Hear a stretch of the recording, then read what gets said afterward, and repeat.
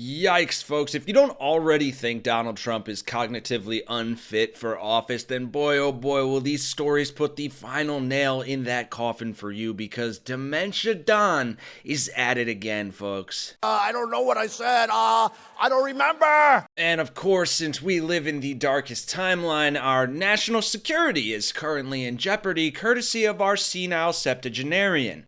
Sleepy Joe, he's too old. Okay. Shall we compare what your syphilis-brained septuagenarian has done in the last 2 weeks?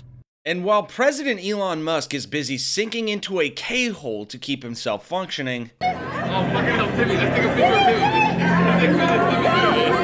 Donald Trump might want to get a bump, because he was caught slipping today in multiple humiliating and deeply concerning clips where Trump is caught on camera having disastrous, senile senior moments. In an insane clip from Fox News, he forgets J.D. Vance's wife, Usha Vance's name, when he's asked about her upcoming trip to Greenland. But even more disastrous than even that bit of cognitive malfunctioning was the following clip, where Trump is at a press conference and seemingly learns in real time of the breaking news of the massive security breach that Pete Hegseth caused by inadvertently leaking top secret war plans to a journalist.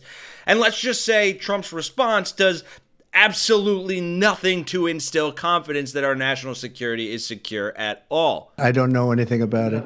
You're telling me about it for the first time. Clearly, lots to get to and break down here. So let's dive into Trump's first senior moment here, which I am sure we will hear about later this week on the Shrinking Trump podcast here on the Really American Network, because it is a clear example of what John Gardner and Harry talk about on the show, of Trump's memory continuing to fade. Take a look. Greenland is confused about the Second Lady and the National Security Advisor visiting this week.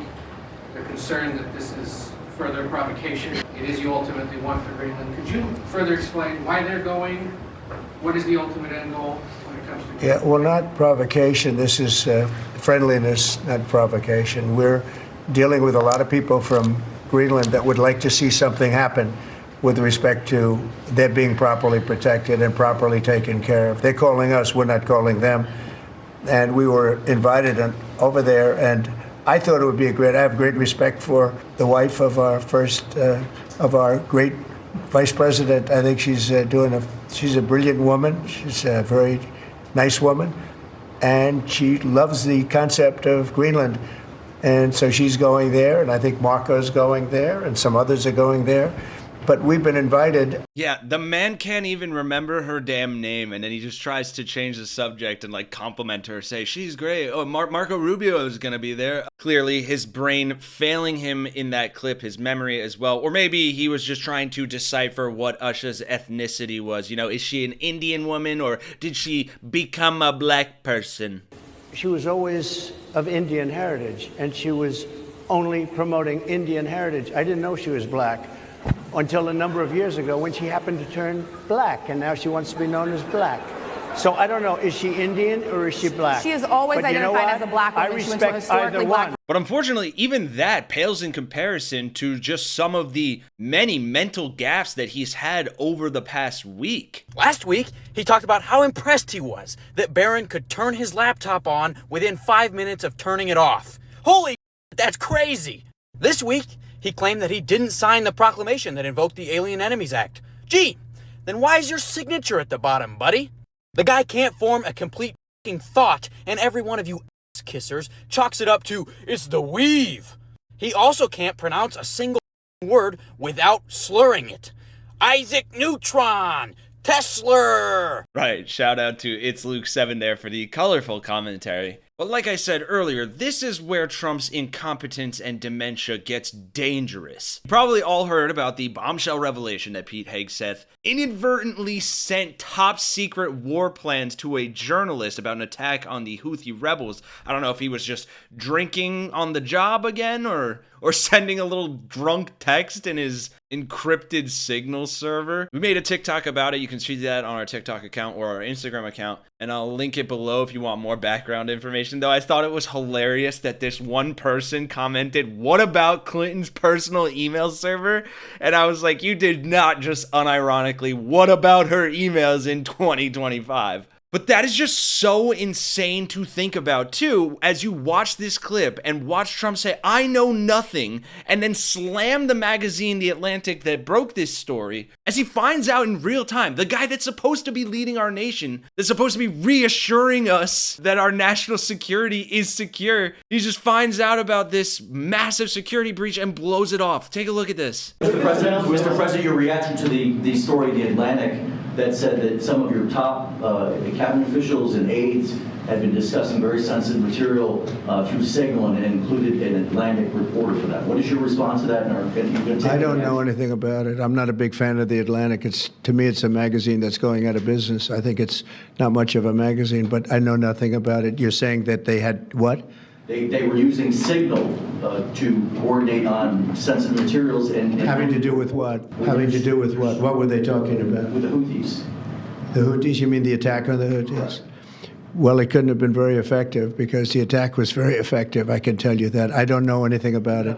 You're telling me about it for the first time. Anybody else? That guy has no idea what he's even talking about. And instead of reassuring the American people that our national security communications lines are secure, which they are not, he just says, oh, it's not a big deal. They what? What are we even talking about? I don't know. I don't really care. I don't like The Atlantic. What if that wasn't just the guy from The Atlantic? What if this was some foreign actor? What if it was a terrorist? What if it was like the Houthis themselves and they found out about it? Like, you can't just nonchalantly wave these things off. Is that really the level of stupidity, of blatant disregard, of cognitive collapse that you want at the head of the executive branch of our government? Unfortunately, we're stuck with him until he gets out of office one way or another. But for all the crap that people on the right have given about Joe Biden in the past and his age and oh, he's unfit to lead, what are you talking about? What is this then?